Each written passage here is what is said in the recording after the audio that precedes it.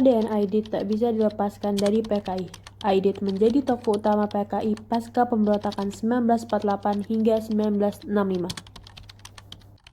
Menjelang dewasa, ia mengganti namanya menjadi Dipa Nusantara Aidit. Saat dewasa, ia memutuskan untuk merantau ke Jakarta untuk melanjutkan sekolah. Saat inilah ia mulai bersentuhan dengan kaum komunis. Sejak itu, ia mulai berkenalan dengan tokoh-tokoh penting di Indonesia seperti Soekarno, Muhammad Hatta, dan Adam Malik.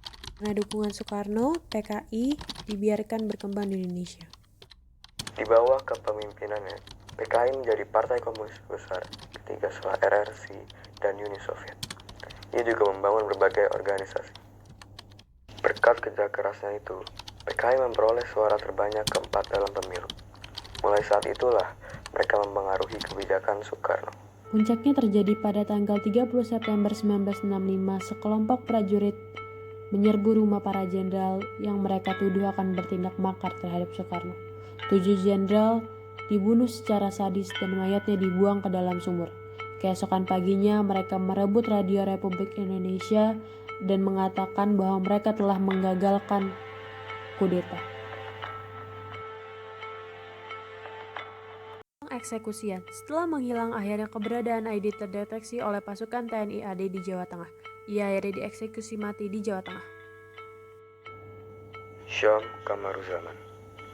Ia adalah anggota kunci PKI yang telah dieksekusi karena merupakan bagian dari kudeta 1965. Syam bekerja di Departemen Informasi dan tinggal di Jalan Guntur. Ia resmi bergabung dengan Partai Komunis Indonesia pada tahun 1949. Syam membantu pimpinan PKI DN Aidit dan Emma Lukman muncul kembali. Ia membantu kedua orang itu melewati imigrasi. Pada tahun 1964, Syam diangkat menjadi Kepala Biro Khusus PKI. Tugasnya untuk menghubungi personel militer untuk mengumpulkan informasi. Semua anggota kelompok ini memiliki pekerjaan pada siang hari untuk menyembunyikan keanggotaan partai dan fungsi mereka sebenarnya. Menurut kesaksian Syam di jejaknya, pada pertengahan 1965, Biro Khusus PKI telah cukup sukses menyusup ke militer. Pada tanggal 30 September 1965, mereka menculik dan membunuh para jenderal. Keesokan paginya, mereka mengambil alih alun-alun di pusat Jakarta untuk mengumumkan bahwa mereka telah menggagalkan kudeta yang direncanakan oleh para jenderal.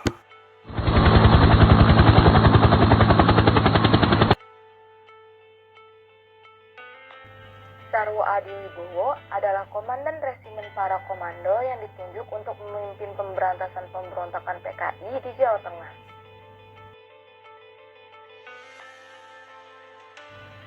M. Jasi, dia adalah tokoh penting dalam penumpasan PKI pada tahun 1965 sebagai Komandan Brawijaya. Di Huta Blitar, tentara menangkap anggota PKI. 33 ditembak mati dan 850 tertangkap.